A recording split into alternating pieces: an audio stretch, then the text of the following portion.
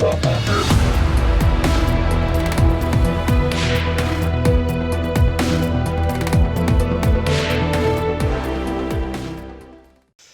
entretiens des patriotes, rebonjour. Vous m'avez écrit, il y a un problème technique que je n'explique pas. Il y a en effet une coupure de son. C'était intéressant ce que je disais.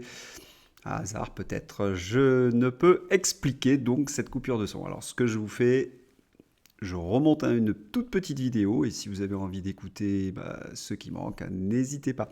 Je vous souhaite une excellente soirée. Moi je suis un petit peu fatigué. Allez, à bientôt. Faisons d'abord un sort à ce Copernicus qui affirme des choses assez étonnantes. Le programme donc Copernicus est coordonné, géré par la Commission européenne. Tiens, est-ce qu'il y aurait une influence du politique sur ce programme Copernicus? Lorsqu'on voit le type de bêtises qu'ils arrivent à écrire, on peut quand même émettre l'hypothèse. Il est mis en œuvre en partenariat avec les États membres, l'Agence spatiale européenne, l'Organisation européenne pour l'exploitation des satellites météorologiques, le Centre européen de prévision météorologique à moyen terme, les agences de l'Union européenne et Mercator Océan. Ce qu'il y a de fascinant, c'est que lorsqu'on s'interroge sur ces phénomènes climatiques extrêmes, l'Organisation mondiale de météorologie nous dit « c'est El Niño ». Les années El Niño, nous rencontrons ce type de phénomène. On va vers Copernicus, silence radio. Je vous laisse tirer vos déductions. Et puis nous savons que certains climato-alarmistes ont quelques avantages à hurler au loup. Le seul moyen d'être publié sur le climat dans une revue comme Nature, c'est de soutenir le récit catastrophiste et la politique de réduction de CO2, quitte à induire le public en erreur. Si on s'écarte de cette formule, on est rejeté et on doit s'exiler.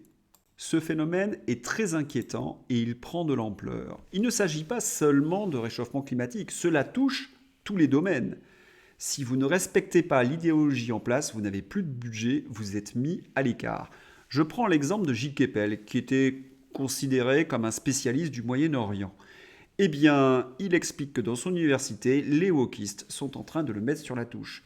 Vous avez de très nombreux spécialistes du climat, des paléoclimatologues qui ne veulent pas se plier aux exigences du GIEC, qui sont ni plus ni moins effacées.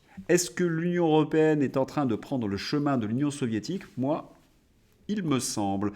Et bientôt, nos savants ressembleront peut-être à Lysenko. Lysenko, vous vous souvenez? Il est très intéressant ce Lysenko parce que ce n'est pas un vrai scientifique. Et je remarque que beaucoup de chercheurs médiocres adhèrent justement au narratif pour obtenir des budgets. C'est un technicien agricole soviétique et un pseudo donc scientifique. Il est né en 1898 et il est mort le 20 novembre 1976 à Kiev. Tiens.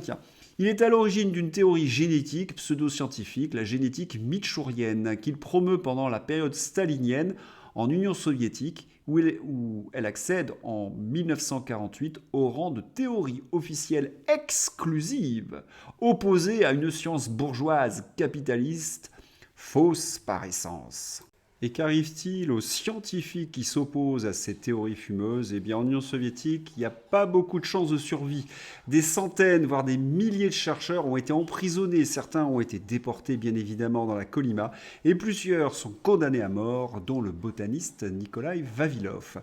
Pour quels résultats? Eh bien, les théories fumeuses de Lysenko ont été mises en pratique dans l'agriculture, avec un bilan exemplaire, la famine.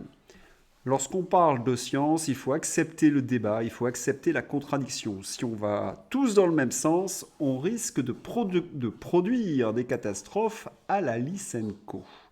Alors vous allez me dire, oui, mais Copernicus a peut-être raison. Et c'est là où le bas blesse. Parce que n'importe quel étudiant de première ou deuxième année d'histoire qui a un petit peu travaillé le sujet sait qu'ils ont raconté vraiment n'importe quoi. Allez, je vous en donne la démonstration.